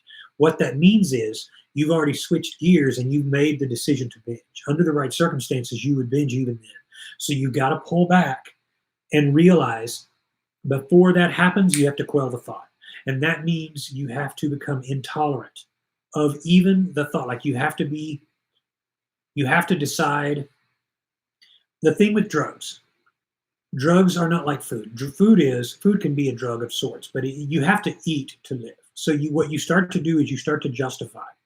But when you're fasting, you have to say food is now a drug, except during my mealtime. So between 12 and 4, I can eat, or 12 and 2, whatever, but however narrow you want to restrict your time. Uh, you that food is not crack, but any other time, it is evil, and there's no renegotiating. So you can say a dealer who quits has to say, or a user, someone who's seriously addicted and knows and has to get treatment for it. You have to realize there's no moderation for you. But with food, you can't do that completely. You have to do that only outside of the mealtime. It's so powerful. Let me tell you here, folks. Let me elaborate on how hard it has been for me to start fasting again, because I went through a 3.5 week splurge a month ago, and I gained a little bit of weight. You may have been able to look at some of my videos and see that I was a little bit heavier. And actually, briefly, I jumped up to about 227 pounds. And I was doing it because I was justifying it with my workouts. I was saying, look, my workouts are so good because I was stronger. I was over 200-pound bench press. I was feeling really good, and I wasn't even tired. And but I realized my pants were fitting tighter. So I was up to about a 36-inch waist, and I went back down to I want to stay at 34. Well, I'm back in 34, but my pants started getting tighter. I noticed that's the no-go point. So when you start to feel your pants getting tighter, or your clothes, your legs filling out your shorts and your jeans, whatever you're wearing, that's another sign. It's not just weight. Keep weighing once a week for the rest of your life. You can do that forever. But when you start to see that number creep up, when you get to your top number, it's time to go back into famine cycle and get yourself back to where you want to be. But let me tell you, folks, I was so hungry today. I got up, I was depressed, I was hungry. I felt like a big guy used to feel. Remember my video on breaking the spell? Don't break the spell. You honestly forget what it's like when you've been into eating. You forget what it's like to be satisfied hungry. Even after your mind goes back to those feelings of I can't make it. You have to relearn it, just like a spell. When in D&D and all of this, if you cast a spell, you lose the knowledge, so you have to rememorize the spell. That's crazy, right? You already know it, right? Wouldn't you just know it? It's not like that. You lose the knowledge. You actually lose the knowledge. So you have to break in again. And if you're having sugar cravings, I've learned something for people who can't do OMAD that well. Start out on a juice fast. It makes it a little bit easier. And then you gradually transition into. Sometimes I do that just because it's cool, and I like the feeling of. I like the taste, and it's just something new to me. But let me tell you, today, the last several days, the couple days before that were not hard. 2 days ago, it was really hard. I felt like I used to feel. I felt so bombarded with hunger. I wanted to stop and grab a hamburger. I wanted to stop and get a pizza. But I said no. We're not going there. Um,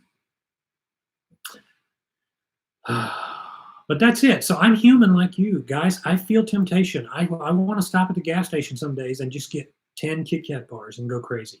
I want to get, matter of fact, my fantasy today was a pizza. A couple days ago, my fantasy was a whole can of Pringles, 5 hot dogs, and 10 Kit Kats, plus a bag of Tom's nacho cheese chips.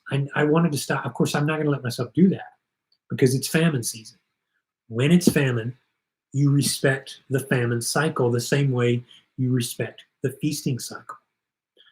You do that because it's what you must do, or you will forever be a fat statistic. But that's how you do that, is you flip the switch. Once you notice you're entertaining the possibility of splurging, you've already erred. Jim, good night. I guess he's taken off. I understand if you guys got to cut out. We're going to go the full 2 hours here, and then we'll call it. For those of you who don't want to stick around or need to go, I totally understand. Thanks for being a part of the action. We'll meet again, maybe not tomorrow, but maybe Saturday. I don't know. I'll schedule another one. If you guys just click on the bell to get to all the notifications, you'll see you'll get a notification that when I schedule a live stream, which I'll be better about doing.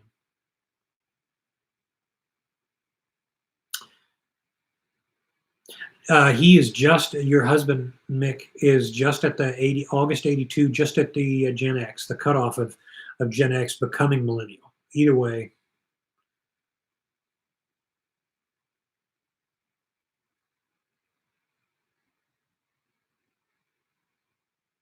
Best OMAD channel on YouTube. Thank you, Jim. Or I guess you weren't leaving. I guess you were just trying to say, and then your message got truncated or something.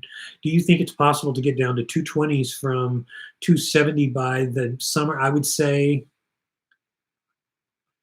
yes. I would say it is just possible if you completely get on board, and if you keep your calories pretty low, and if you are focus driven. I would definitely make sure you're getting you a rhythm. Do the therapeutic walk, get sunlight, stay fiercely devoted, and do not let anyone talk you out of it, and you will hit your goal. I've had incredible success last year, just gained back weight through laziness. My friend, you're going to be like the rest of, it's like that with everybody. You will gain some weight, but here's the thing, you're in control because you realize it. If you didn't realize it, you'd be one of these people that look in family photos and say, oh God, look how thin I was. Because you would be, you'd be one of these people that go through and they just keep upsizing their clothes, and then pretty soon they realize they're 85 pounds overweight, and they end up in a bad spot in life where they're depressed and miserable, and having to turn it around. And folks, the longer you have gone and you have let yourself get out of shape, the more difficult it will be, because your body has gotten used to your metabolism. It has gotten used to the fat that you carry on you, that it has never been used, and it feels like stone. Remember stone gut theory. Stone gut theory is my term for it feels like your fat's never going to come off. And that's why I find people in their late 50s and 60s who have the hardest time breaking in. They have misery for 2 months in the worst cases, I think. Most people get used to it pretty quickly. But I've had people that they found it very challenging, but they stuck with it, and as a result, they started losing. And when they started losing, their body became malleable again. Their brain became more workable. They became hypervigilant, hyper-focused. Born in 77, Daniel says. Jim, to conclude that comment, you got this. And if you're off by 10 pounds or so, you're still going to be much lighter at 220 versus 270. I remember when I first hit 290, when I first got up one morning in August of 2013, and I went in the scale, and I first weighed 297.2 or 297.8. I was so excited because I was back out of the threes, and I had been above 300 since 2002. And I had been overweight. And when I finally did that, it started to come off. And then when I hit 250, 240, I was so excited. 220 was not long after. By the time I was, I said, I'm just going to keep going. And then it was 197.7. And that was the day I got so excited. About a week later, I made the first post on MyFitnessPal, which is how my thread ended up here and how this YouTube channel came about, because I ended up, creating a new YouTube channel. So you can do it, man. I'm a Gen X, born in 77. Yes, definitely. No, we're not there yet. We're just shy of old, and we're just, kind of getting up there in territory. But yeah, it's sad because I have my boss and I are the same age, and he made reference to Howdy Doody. Nobody in the room got it. McFly, they have no idea who Marty McFly is, man. It's sad. So we're kind of old, but we're not that old. I'm 215 but 5'10", so I need to lose the weight. That's true. It'll change with your weight. My dad is 6 foot and 240 now, and he's definitely in bad health. He's got to come off it, but I can't get him to. He's lost a lot of his willpower along with his gaining his age. But your height, yeah, puts you. You need to be. But again, find your happy point where you want to be. Set your first goal. Get started. Don't worry about setting the perfect goal. Just get started. That's the main thing, folks. Don't delay. Don't sit there and go back and forth on whether or not you want it. Make a decision, and when you've made the decision, it's time to go. There is no going back. I got down to 159, gained it back 135, gained it to 159.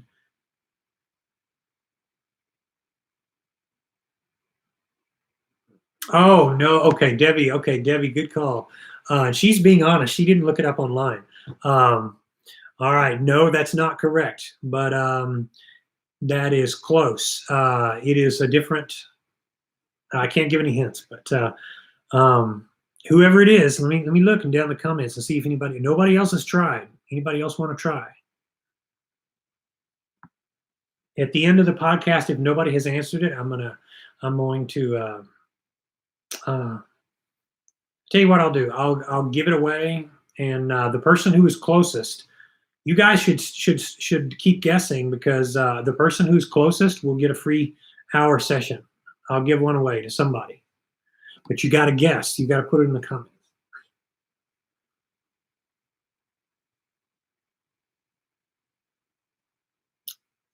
Thank you again, Blackheart. Let me know.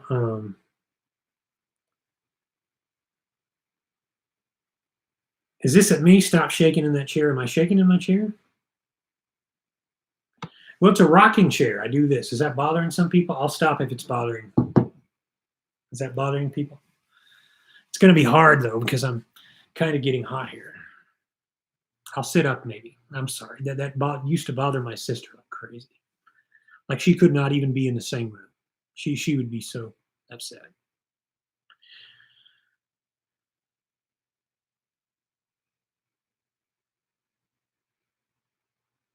Thoughts on the carnivore movement? Layla asks. I am no fan. I'm not saying you can't do it, but everybody I know that has done it consistently, faithfully, has run into massive cholesterol increases, and it has not done any of the things. It's proved, just like raw veganism, it has proved unsustainable. See, you can, with enough practice, you can master veganism and make it workable. Carnivorism, you're not only looking at high cholesterol. I think it's maybe that there are some extreme people who have made it work. Jim at Beating Obesity managed to do this. He's one of the exceptions. He's kind of he's a scared mad communicator. So he is an introverted, a high pressure introvert. So he's able to. That's why he was successful dropping his weight, and he did that. I don't think I could never do it. Most people I know could never do it. I think it's kind of becoming the way of a fad where you get on, Michaela Peterson is online now, Jordan Peterson's daughter, saying there's calling it a lion diet. And I think it's not going to cure anything. It's not going to have the regenerative qualities of, it doesn't work like that. So I don't recommend it at all. But again, this We're in the middle here. We're not going one way or the other. If you can lose weight and build a healthy life around it, which I tend to doubt, I don't think it's something you can do faithfully. I really don't. That's my thoughts on that. So if you disagree with me, or if you know someone who does, or somebody wants to comment or take me to task on it, that's fine.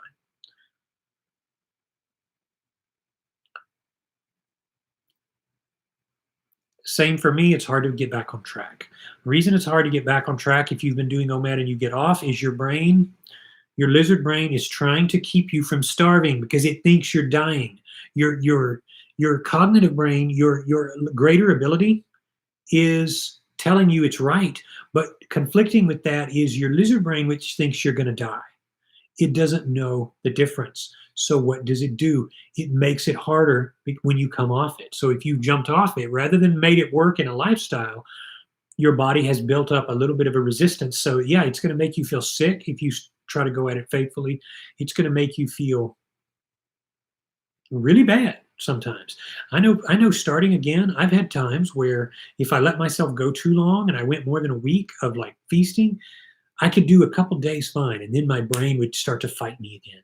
And I remember that feeling when I started in 2013, in June of 2013, and I was so miserable.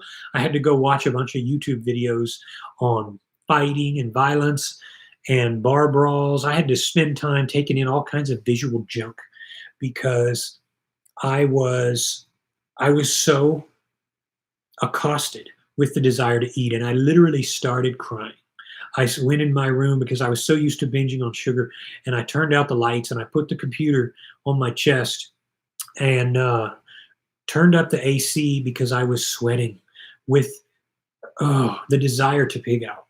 And I just watched these two guys beat each other, and one guy get his leg broken in half by some guy in a boxing match. Um, it was very graphic, and that was the only thing that could take my mind off it. I had to chew ice.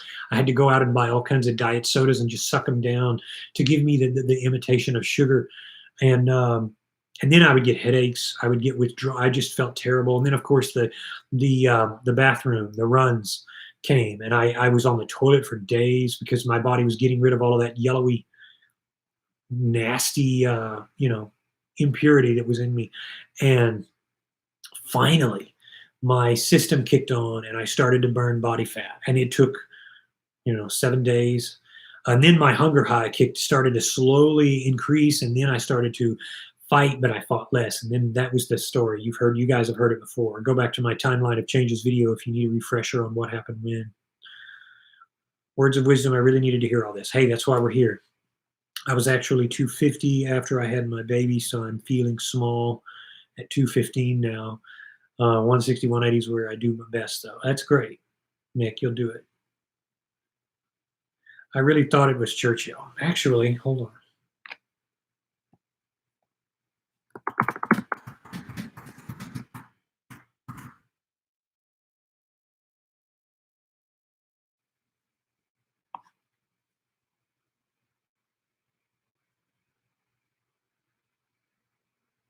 Oh my goodness, Debbie, you won.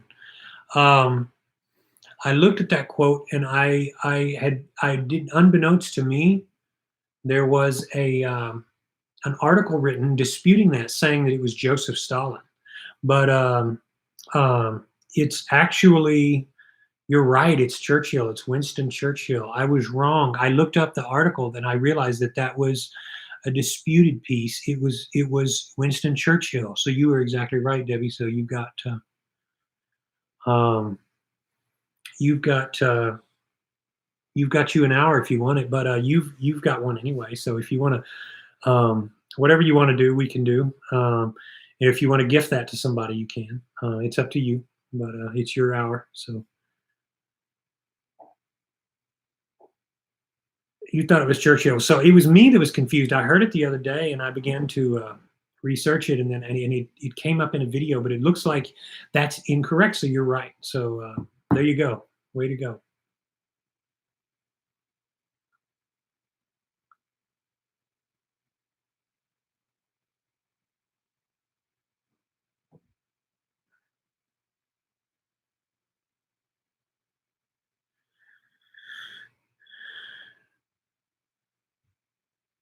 Happy to join. Happy to have you, JJ. Hope you're doing all right. I do binge days now and then, Debbie says, but I find if I eat sugar the next day, I am way hungrier than when I don't.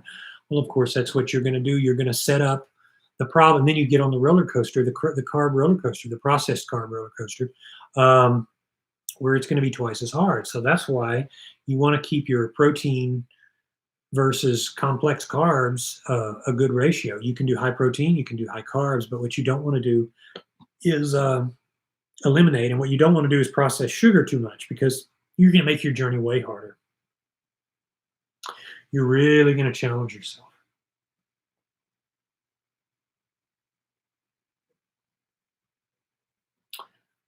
Well, when you're right, Debbie. Oh, look at this. All right. Debbie is going to gift her hour of coaching to the first person that types in right here why I'm starting a new forum. What's the main idea? What was the thing I said at the first of this lecture? A couple of you I've worked with before, and I appreciate your being willing to gift it to someone who hasn't. This would be a Skype 1 hour Skype consult, completely free. And the only reason I ever charge for that in the first place is because it is my time, which is, it's not like a video where I can make it on my own time and go on, but I do charge for the consulting. This is a 1 hour free. And it is anybody that wants to type in. Some of you may be chatting remotely, but yeah, you can still type. So Debbie says worth its weight in gold. I like to think so. It'll be a value, I think, to the right person.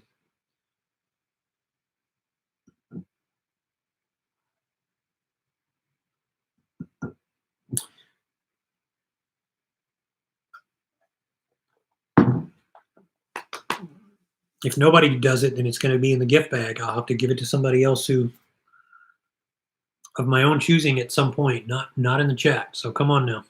What's the main idea about what's the main topic? The main thrust?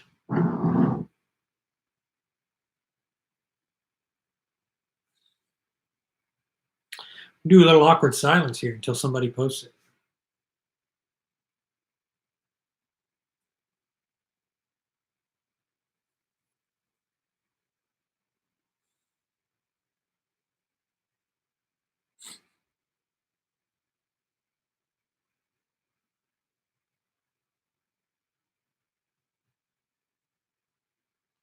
Remember, I'm inflexible. I can just keep going.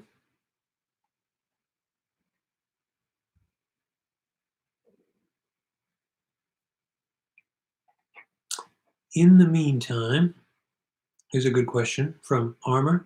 I try to limit myself to minimal processed foods like bean, pastas, tofu, Ezekiel breads. What minimal processed foods do you eat? Oh, so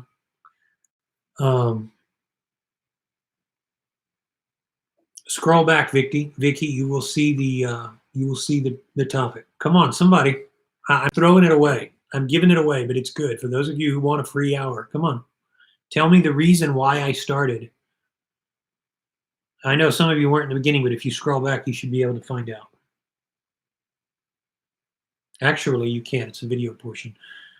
All right. And let's see. No, I didn't put that in the comments, so it's not fair of me to ask that, is it?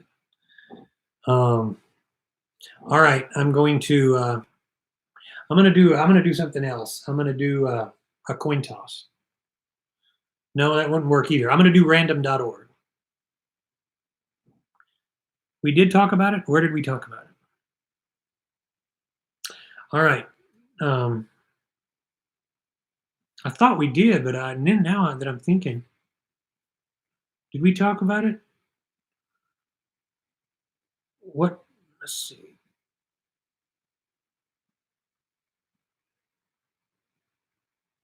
Oh, yes, we did. Yes, we did.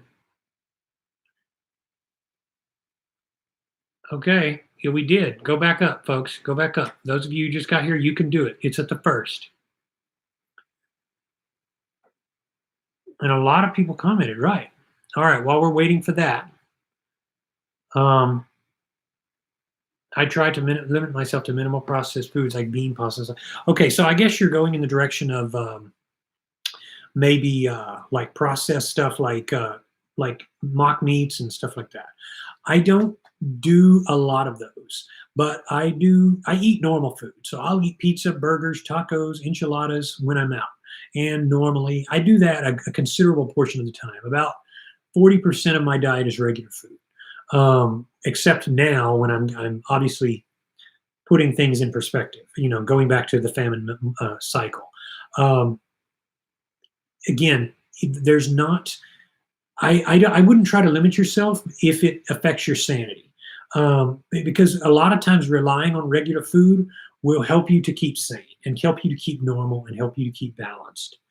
You don't want to be in a situation where you are living on rabbit food. You don't want to get the impression that you have to do only this type of food. So if going out occasionally and having a Pizza Hut pizza helps you, and eating 4 slices, which brings you to 1,600 calories, about, um, you can go. You can do it. Um, it depends. I mix mine in. I say when I eat at home, I try not to bring junk food home. So if I want to go out to eat it, I'll go out to eat it. If you mean mock meats and stuff like that, I would just bring that home and keep it to certain days when you want to change up your taste. I love burritos. I love Mexican food. You guys know that. Just saying it right now makes me so hungry because I'm so hungry. But I have been all day. But y'all are, giving me extra vibe here. I'm not gonna cheat anyway, but you knew that. Uh, but I wouldn't worry about that. But you should not be like these people who are constantly doing mock meats. You get a lot of soy and a lot of stuff like that. You don't want too much of that. It does become counterproductive, and it's honestly not too much better than the junk food you would get from any junk food store. And of course, the pastas and the breads and all of that, the crackers. The reason those are bad for a lot of you, especially those of you with autoimmune conditions, is because it absorbs B vitamins, and breads absorb B vitamins. So that's why legumes are good, rice is good, but a hot dog or hamburger is not, because you're getting processed meat, you're getting processed. That's where you have to do the balance system. I'm only going to eat once, but I'm not going to eat like a freak. I'm going to eat once. I'm going to be in control, but I'm also not going to let it go. So I don't want to tell you what minimally processed foods do I eat. If you want to know the specific foods, anything that you see in the stores, Pop Tarts, Goober peanut butter. Once in a while, I'll have Ruiz burritos. I'll get junk food, but anything, nothing is off limits to Joe Holden. It's really not.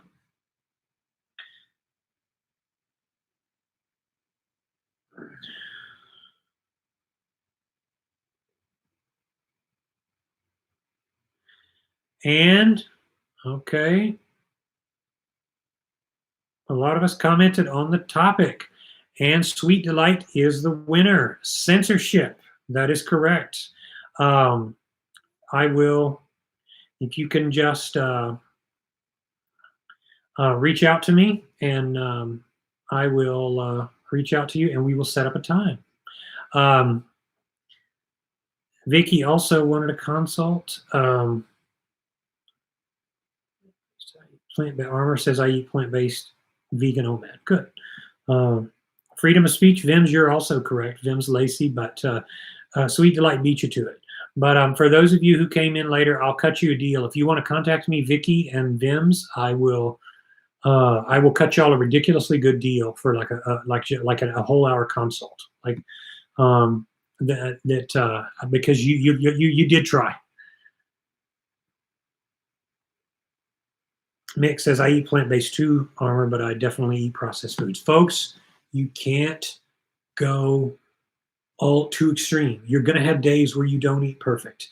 You're going to have days where you get too much sugar. You're going to have days where you get too much, where you overdo it on processed meat. I went out and bought, before I started fasting, a whole bunch of brisket, and it's so sodium. And I was like, oh, this isn't as good as, I got tired of it. But cycles.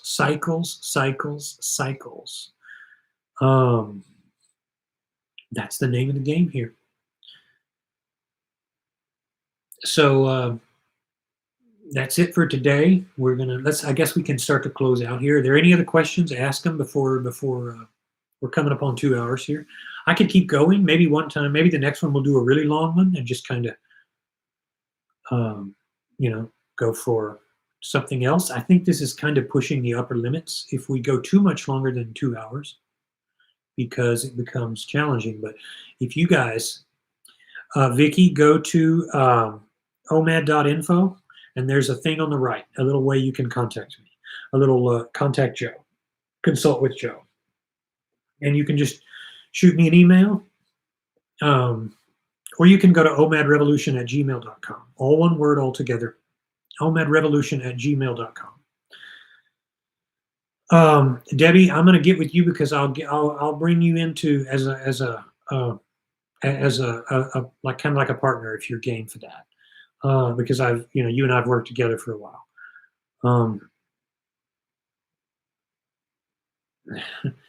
That's nice of you, sweet delight. Debbie is in the game she's in the house with me, so I've got her hooked up. So you're good to go, sweet delight. Just send me an email and put your username in the subject, and then. Yeah, Debbie, I will get with you on that, and we will see about how to go about it. I do have some questions, but let me tell you, folks, to conclude what we started with on the free speech thing, it is a big deal. For those of you who are a bit younger, it seems like most of our chats, honestly, you guys are growing up and you're hearing about things that we never heard about. Bullying and all of this stuff where people are being taught that they should live in a reality where no one disagrees with you. That can never happen. We have to make a difference. So again, this is OMAD phase 2. The OMAD revolution was the start of self-control and virtues and taking back. Again, sweet delight, omadrevolution@gmail.com is the easiest way. All one word, all together, nothing, no underscores, omadrevolution@gmail.com. Just reach out to me, or you can go to omad.info, and there's a contact bar up to the right. And it should be really, really easy. But folks, we have to take a stand now. For those of you who believe in Ionian values, and remember the Ionians are the Greeks who, in a day of oppression and opened themselves to the freedom of commerce of ideas. And if you want to see this in the Bible, for those of you who are Bible people, look at Acts chapter 17. The Areopagites are mentioned there. The Stoics, all of this they were part of the Grecians in the 500 BC era who were the first enlightened people who were able and willing to listen to other ideas without cutting off people's heads, without torturing people. This was the Mecca of the early world of wisdom and enlightenment. And this is what I want to represent again, and I should have my early this is something I want to run with and perhaps make my main business, because censorship to me is the worst of humanity. It's the most evil thing that humans are capable of, and people don't realize they are doing it. When I left the ministry, I had so many people try to get me to get on the atheist bandwagon and say, hey, let's ban the Bible. I'm like, you stupid fools. You've become the same things you hate. You've become just like the Catholic Church that chained the Bible to the pulpit in the Middle Ages and didn't let anybody read it. You realize what kind of sickness that you're saying, but people don't realize it because it's not in them to do that. It's not who they are. All right, to come to a conclusion here, isn't it hard not to binge eat when one eats addictive foods like sugar, oil, and salt? Go back to the book, Salt, Sugar, and Fat. There's a book on that by Michael Gross. I forget who it was, but he did a good book on that. Yes, those are the addictive things that you see in all of these, in all the processed foods, salt, sugar, and fat. McDonald's, all that. That's why it's addictive. You're not alone, my friend. You are not. It's like, that's why it's so hard. That's why this channel exists, because those who understand have to unite to get this out there. But self-control is cool. It can work. Good night, sweet delight. And I'm going to bring it to a close here. For those of you who do have any questions, obviously you can contact me. For those of you who want to consult, who want to do the evaluations, the elite consulting for a deeper dive, want to spend a little more time. The debrief's about 4 hours, but we go into behavior and a lot of stuff, and Debbie can tell you about that. Go to Debbie's channel, Debbie OMAD, and go to her Facebook group for extra support. Go to forums.omad.info, and that's my site right now. That's going to be moved over to the main site pretty soon. Jump on board, you guys. And if you know people that will be involved who share your values, Ionian values, please jump on board. And I'm so looking forward to it. We're going to go live again really soon and weekly until we get through this crisis. Stay tuned, and back at you soon.